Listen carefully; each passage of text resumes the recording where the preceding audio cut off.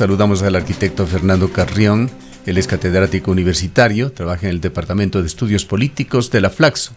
Fue también asesor del alcalde Jorge Yunda prácticamente desde el inicio de su administración, pero se retiró a mitad del año de la pandemia, en junio del año 2020. Arquitecto Carrión, un gusto en saludarle, le damos la bienvenida. Quisiéramos iniciar este diálogo preguntándole, ¿es tan crítica la situación que se está viviendo en Quito, tan gigante e ineficiente la burocracia del municipio, que justificaría lo que sugiere el presidente de la Cámara de Comercio de Quito, el ingeniero Alarcón, que debería pensarse en un nuevo modelo de administración? Bueno, primero un saludo cordial a ustedes y a la gran audiencia que tienen.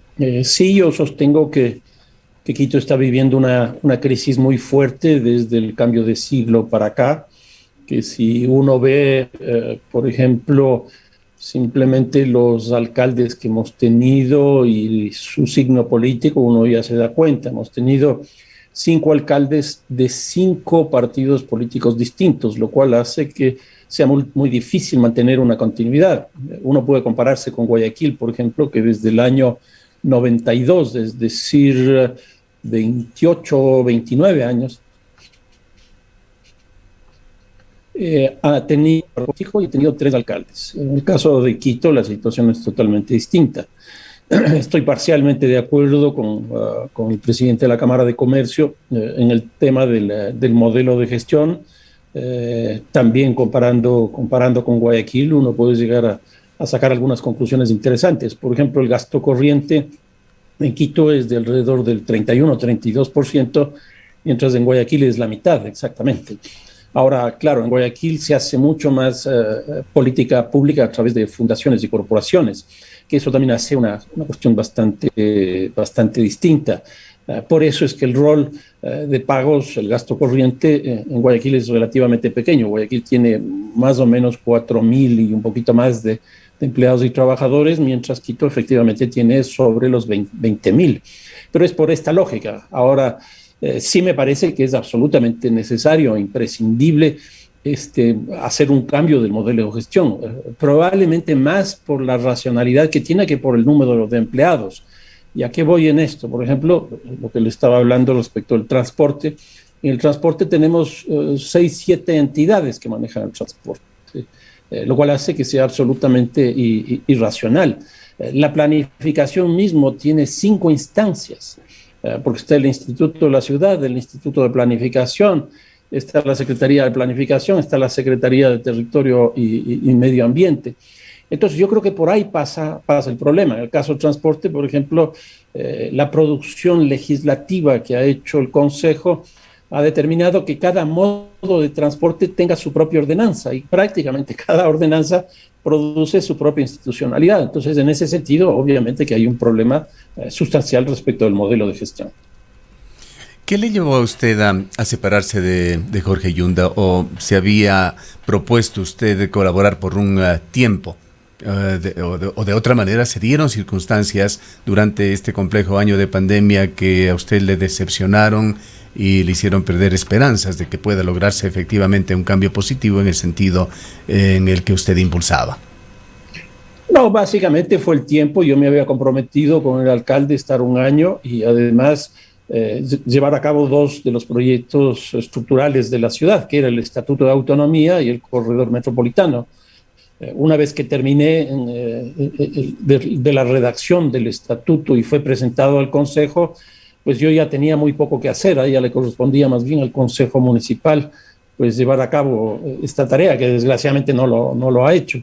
Y la segunda fue llevar a cabo el concurso del Corredor Metropolitano de Quito, que finalmente se determinó cuál es el proyecto ganador, se hizo la entrega de los premios y también ya concluí. Ahora, tampoco puedo negar que el contexto en el que se empezaba a vivir en aquella época, que ya era de alguna manera la presencia importante del COVID y también los resultados que se veían en términos del manejo que se estaba haciendo de esa coyuntura, pues no iban un poco en la línea de lo que yo éticamente había funcionado en todas las actividades profesionales que he tenido. También quisiéramos conocer su apreciación. Muy buenos días, arquitecto, bienvenido. Respecto de los últimos hechos y circunstancias que está atravesando el alcalde Yunda sobre las actuaciones en relación a la adquisición de estas pruebas y todo este tratamiento frente a la pandemia de la COVID-19. Recordamos que a un inicio el alcalde Yunda era felicitado, reconocido por la labor y la gestión que venía desempeñando. Fue uno de los alcaldes, como decía, efectivamente reconocidos respecto del tratamiento que estaba dando en su ciudad a la pandemia, y ahora porta un grillete. Sí, bueno, desgraciadamente, y es absolutamente cierto lo que usted señala, estas encuestas que se hacen en toda América Latina, pues una de ellas llegó a plantear lo que era el segundo alcalde más reconocido en su gestión en la región. Pero a partir de ese momento empezó todo un proceso de erosión por el tema corrupción. Cayó en 3 empresas, el caso de la empresa de aseo, la de agua potable y también la de espacio público y movilidad. Y también dentro de las secretarías, la principal fue precisamente la de salud. Entonces, a mí me parece que eso le generó una ruptura de imagen frente a la ciudadanía y frente en general al país, y por otro lado le sacó de la responsabilidad central, que es la gestión de la ciudad, para entrar en una lógica de defensa personal y también institucional. Y me parece que eso finalmente le está cobrando a la ciudad. La imagen que tenemos hoy día, ya no de 2 concejales con grillete que se tuvo en la anterior administración municipal, sino de la máxima autoridad de la ciudad, como es el alcalde con grillete, pues no es lo mejor para Quito, no es lo mejor incluso para el país. Quisiera también su punto de vista, arquitecto, sobre el metro, que es otro problema bastante grande allá en Quito, una piedra en el zapato para las administraciones. La corriente en los últimos años para ciudades medianas y grandes ha sido la de incentivar el transporte masivo, por su eficiencia en cuanto a la transportación misma, al cuidado del medio ambiente en las ciudades, etcétera, etcétera. Pero sobrevino este tema de la pandemia de la COVID-19, que se ha convertido en un factor relevante y que ha abonado como un factor quizá negativo, o que pone una serie de riesgos en el transporte masivo. De cualquier manera, no deja de ser muy importante un transporte como el del metro en la capital de la República, pero es también importante que este se haga en medio de un sistema sustentable, con eficiencia, con una economía, a pesar de que este tipo de transporte en la mayoría de ciudades del mundo tiene algún tipo de subsidio. Pero Quito vemos que está pasando por una serie de problemas en el manejo. Y ahora el último problema y decisión que tiene que tomar la administración del municipio de Quito es de si privatizar el manejo del metro o tercerizar, o de hacerlo directamente. El ingeniero Alarcón, hacemos referencia nuevamente al presidente de la Cámara de Comercio, cree que es inconveniente, dada la obesidad del municipio de Quito, que una nueva unidad para manejar el metro en la capital de la República sea el camino a tomar. ¿Cuál es su opinión en general sobre el metro de Quito y en particular sobre este tema de su manejo? A ver, en este caso yo lo que señalaría es que el diseño del metro fue muy malo. Fue hecho en la alcaldía de Augusto Barrera y con el apoyo de Metro Madrid, la empresa esta española. ¿Y por qué malo? Porque las distancias de parada a parada, el promedio es de 1,5 kilómetros, o sea que es una extensión muy larga. En segundo lugar, el trazado es una especie de zigzag en una ciudad longitudinal como es Quito Norte-Sur, y donde ya había sido probado el eje central del trolebús, lo lógico era que se desplace en ese mismo eje. En tercer lugar, no se lo concibió al metro como, usamos la figura, la metáfora de una espina de pez. En otras palabras, tener el eje central articulado con las distintas vías, estructuras del transporte para que se integre en la totalidad de la ciudad. Entonces se arrancó mal. Ahora, ¿qué es lo que estamos viviendo en este momento? Yo diría tres grandes problemas del metro. El primero es el tema de la tarifa. La tarifa no va a financiar ni siquiera la gestión del transporte. Ya se acaba de señalar en 45 centavos, que es una tarifa que ya se había señalado en la época de la alcaldía del alcalde Rodas. Y ahora, pues simplemente lo que se ha hecho es ratificar, pero con un problema. El diseño fue concebido para que movilice 400,000 pasajeros al día. Antes de que llegue el COVID ya se hablaba que eso era imposible, que a lo sumo iba a ser entre 250 y 280,000. En otras palabras, la tarifa de 45 centavos era para 400,000 pasajeros y en la realidad íbamos a tener un poco menos de 100,000 antes del COVID. Entonces aquí hay un problema de tarifa. Una segunda cuestión es la necesidad de establecer un sistema multimodal. ¿Y por qué esto? Porque se supone justamente que el metro debe articular los distintos modos de transporte. Aquí la Secretaría de Movilidad del municipio lo que ha hecho son definir como un par de fases. Una primera que se articularía primero el sistema municipal y después sí todo el transporte convencional. Pero ¿qué es lo que va a pasar? La impresión que yo tengo es que simplemente se articulará el sistema municipal y el otro quedará ahí sin hacerse absolutamente nada. Y lo que va a pasar es que el trolebús, sobre todo desde la parte del Parque del Ejido hacia el norte, será absorbido por el metro porque no va a poder competir, porque el metro es mucho más eficiente, con lo cual el trolebús se va a caer. Y el tercero es justamente el modelo de gestión. Aquí habían varias opciones, pero finalmente se ha escogido esta de que sea la propia empresa la que pueda gestionar con apoyo durante 3 años y medio de servicios terciarizados de empresas que conozcan este tipo de cosas. A mí no me parece mala la alternativa que han encontrado. Lo que sí siento es que se ha demorado mucho, porque ya vamos prácticamente para los 2 años, y eso en la anterior gestión del gerente, pues no se llegó a ninguna alternativa. En cambio, llega ahora una nueva gerente, que es una mujer joven, le veo con ganas, etcétera, y en un lapso de 3 meses encuentra una alternativa que incluso es aceptada unánimemente por todo el directorio.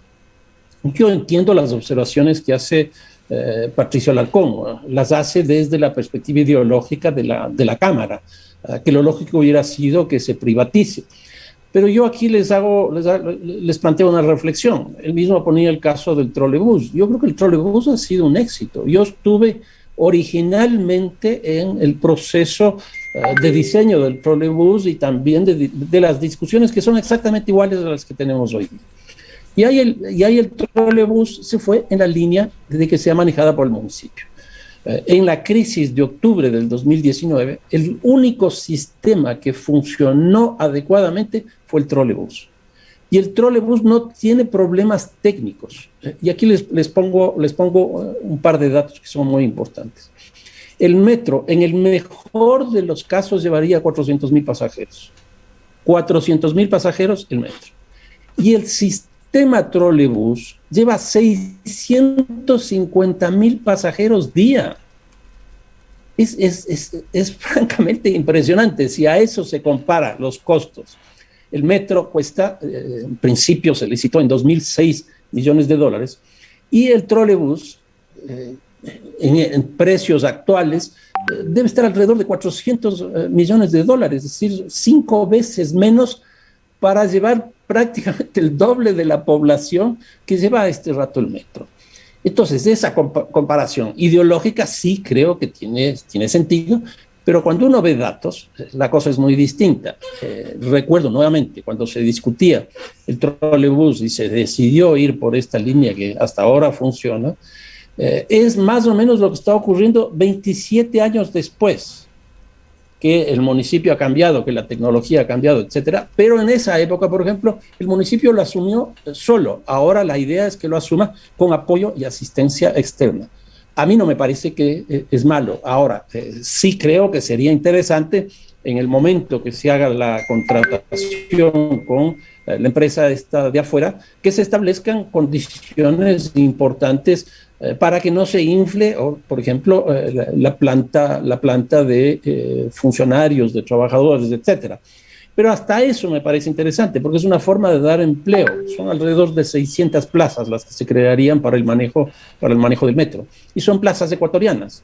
En cambio, si viene una empresa de afuera, traerá a su gente de afuera, a la cual habrá que pagarle mucho más de lo que gana la empresa de aquí. Incluso las dos opciones que se manejaron en esta semana, esta que han escogido es más barata, pero no significa que no cuesta. Más o menos eso va a costar $50 millones al año.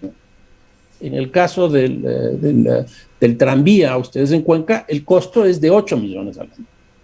De eso, más o menos están con 3 millones recaudando, pero están teniendo un déficit de 5 millones que seguramente va a ser un subsidio.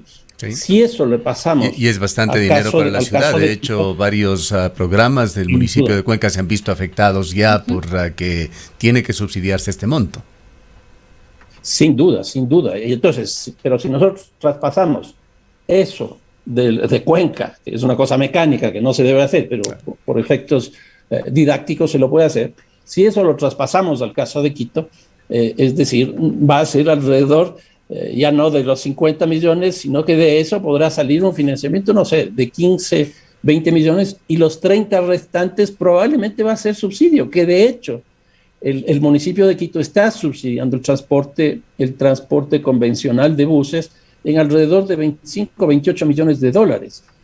También está subsidiando el propio transporte municipal, porque la tarifa es muy baja, la tarifa es de 25 centavos. Y entonces eso ha hecho que todo lo que recauda el municipio de ingresos propios a través del impuesto predial se vaya en subsidios hacia el transporte, y eso me parece que es una cosa absolutamente irracional. Bien, quisiera tratar un último tema en el corto tiempo que nos queda, arquitecto Carrión, y es sobre el sistema carcelario. Sistema que permanentemente ha estado en crisis en el país, que el gobierno de Rafael Correa lo asumió. Su solución principal fue construir enormes unidades carcelarias, pero con esto trasladó el gran problema de las cárceles, el de los presos de alta peligrosidad, fundamentalmente a la Tacunga, Guayaquil y Cuenca. Los últimos sucesos carcelarios, creo que todos los ecuatorianos los conocemos como marco importantísimo en este análisis, pero quisiéramos conocer su punto de vista sobre lo que ha sucedido, está dándose y qué salidas puede tener este gravísimo problema. A ver, si nosotros vemos en el tiempo, desde el año 2014 para acá, hemos tenido 75 amotinamientos. 75. Eso significa un poco más de 10 amotinamientos por año. En otras palabras, eso ya no es una crisis, porque una crisis es una cosa en un momento específico. Esto ya es una cosa normal, podríamos decir. Ahora, esa normalidad es absurda, es absurda. ¿De dónde surge esto? Surge, en primer lugar, de la aprobación del famoso COVID en el 2014. ¿Por qué? Porque eso se legisló bajo un criterio de populismo penal. En otras palabras, incrementar las penas, incrementar los delitos, bajar la edad de imputabilidad penal, esta cuestión de la prisión preventiva, etcétera, etcétera, que ha traído un incremento desde el 2014 hasta ahora de casi 3 veces el número de personas privadas de la libertad. En segundo lugar, la construcción absolutamente antitécnica de cárceles grandes. Eso ya no se hace. Lo que se hizo fue construir 3 grandes recintos carcelarios y el gran problema que hay es cómo clasificar a los presos. Por eso es que, por ejemplo, lo que tuvieron que hacer es mandar un conjunto de presos de alta peligrosidad a Cuenca, al Turi. ¿Por qué? Porque hay que separarlos, hay que clasificar los presos, y para eso hay que tener más bien infraestructuras pequeñas. El segundo problema. El tercero, que ya es en esta administración, es que hicieron desaparecer el Ministerio de Justicia, que era el que manejaba las cárceles y que intentaba construir un sistema carcelario que en el cual no existe ese sistema. Lo que existe es un conjunto de cárceles dispersas en el territorio y cada una operando por su lado. no hay un sistema. Entonces, desaparece eso y se le mete en el Ministerio del Interior, pero el Ministerio del Interior se convierte en Ministerio de Gobierno y al Ministerio de Gobierno le incorporan la política. Es decir, en un ministerio metieron 3. Yo creo que eso fue un error garrafal. ¿Por qué? Porque en la administración pasada, por ejemplo, este ministerio de estas 3 funciones se dedicó mucho más a la política. En este de ahora se dedica mucho más a la seguridad con los resultados que estamos teniendo y este gobierno se quedó sin política, tan claro como eso. Y en cuarto lugar, el gran problema es que se redujo también el presupuesto. Se pasó de un presupuesto de 155 millones de dólares a 87 millones de dólares, es decir, casi la mitad. Eso no puede ser. Lo mismo que estamos viviendo en el área de la salud, que se contrajo el marco institucional, se contrajo el presupuesto, y ahí está lo que estamos viviendo, no tenemos ni siquiera recursos para comprar vacunas, y por otro lado tenemos el sistema carcelario en la misma situación. Cuando nosotros nos dimos cuenta, el 23 de febrero, cuando se produce este hecho, es un caso absolutamente inédito en el Ecuador y en América Latina. ¿Por qué? Porque simultáneamente en 4 cárceles de 3 provincias totalmente distantes se produce un hecho de estas características. ¿Qué quiere decir eso? Que hay un nivel de organización de adentro y de afuera muy fuerte. De adentro y de afuera muy fuerte, un nivel de organización. La segunda cuestión que uno se da cuenta claramente es que hay un nivel de planificación. Esto no se hace sino con mucha planificación y la planificación tiene su tiempo. Eso no tiene que haber bajado menos de unos 2 meses de estar planificando una cosa como esta. La inteligencia del sistema carcelario no se dio cuenta. Absurdo. Y en tercer lugar, los niveles de comunicación tienen que ser perfectos para que coincida el tiempo de la simultaneidad. ¿Usted está de acuerdo con estas teorías que señalan que las mafias internacionales, particularmente las mafias mexicanas, están jugando un papel preponderante en todo lo que está pasando? Sí, pero no solo las mexicanas. Hoy día lo que tenemos es una red global del crimen. Yo no descarto que estén mexicanas, y como se ha dicho, ya hay 2, la una, el cartel de Sinaloa, y la otra, Jalisco Nueva Generación, pero también creo que tienen que estar colombianas, tienen que estar peruanas, y yo no descartaría que esté el primer comando de la capital del Brasil, que probablemente a estas alturas es uno de los carteles de las mafias, de las bandas, etcétera, más grandes de América Latina. ¿Y por qué digo esto? Porque el Ecuador está localizado entre los 2 países más grandes del mundo en términos de producción de narcóticos, Perú y Colombia. Y lo más importante, ¿qué salidas vislumbra usted? ¿Cómo este gobierno y el próximo gobierno deben asumir este tema? Yo creo que una primera cosa es reestructurar el marco institucional. No podemos seguir teniendo este Ministerio de Gobierno con esas 3 funciones. Yo creo que eso hay que reestructurar. Me parece que hay que hacer 2 reformas legales claras. Un COIP, hay que modificar el COIP, no puede ser que todos los caminos conduzcan a la cárcel. Hay que modificar el régimen de las municipalidades, el COTAD. ¿Por qué? Porque a los municipios les quitaron la competencia con esa lógica centralista que se tenía. Y entonces nos quedamos sin prevención. Los municipios lo único que pueden hacer es prevención y en general lo hacen bien. Entonces, esas 2 reformas. Ahora, en el ámbito carcelario, yo creo que también hay que hacer una reingeniería total y hay que tratar de construir un sistema carcelario, que todas las 50 y tantas cárceles que existen operen como un sistema y que haya una política explícita frente a eso. Y una segunda política que me parece que es fundamental es el tema narcóticos. No puede ser que el Ecuador exclusivamente trabaje el sector externo, es decir, la exportación de narcóticos y por una sola vía, que es el Pacífico. Eso es la droga que va hacia Centroamérica, México y los Estados Unidos. Pero nos estamos olvidando la cuenca de la Amazonía. Por ahí está saliendo mucho más droga, incluso hacia el Brasil. El Brasil es el segundo país de consumo de cocaína del mundo y primero de crack del mundo. Pero no solo eso, por el Brasil va hacia Europa y por el Brasil va hacia el Asia. Entonces hay que trabajar también eso. Pero principalmente, más que el mercado externo de los narcóticos, hay que trabajar el mercado interno. En el Ecuador se consume más o menos el 18% de lo que transita por aquí. Y lo que transita por aquí es de alrededor de 500 toneladas. Eso es que nosotros estamos consumiendo 100 toneladas. Y aquí tenemos una opinión final, arquitecto Carrión, sobre el pedido que ha hecho el alcalde de Cuenca, escuchando a varios sectores ciudadanos, de que se vuelva a la cárcel de Turi a su vocación original, el de una cárcel regional. Yo creo que todas las cárceles tienen que ser así. Todas las cárceles tienen que ser así. Y eso se logra en la medida que se estructure un sistema carcelario. Porque si nosotros tenemos simplemente estos depósitos y que les movemos a las personas privadas de la libertad por conveniencia de un lugar a otro, pues estamos muy complicados. Y hay que reducir el tamaño de las cárceles. Tenemos que tener una infraestructura totalmente distinta a la que está. Obviamente esto requiere recursos que no va a ser una cosa de un día para otro. Bien, muchas gracias por habernos atendido. Escucharon al arquitecto Fernando Carrión, catedrático universitario, es profesor en el Departamento de Estudios Políticos de la Flaxo.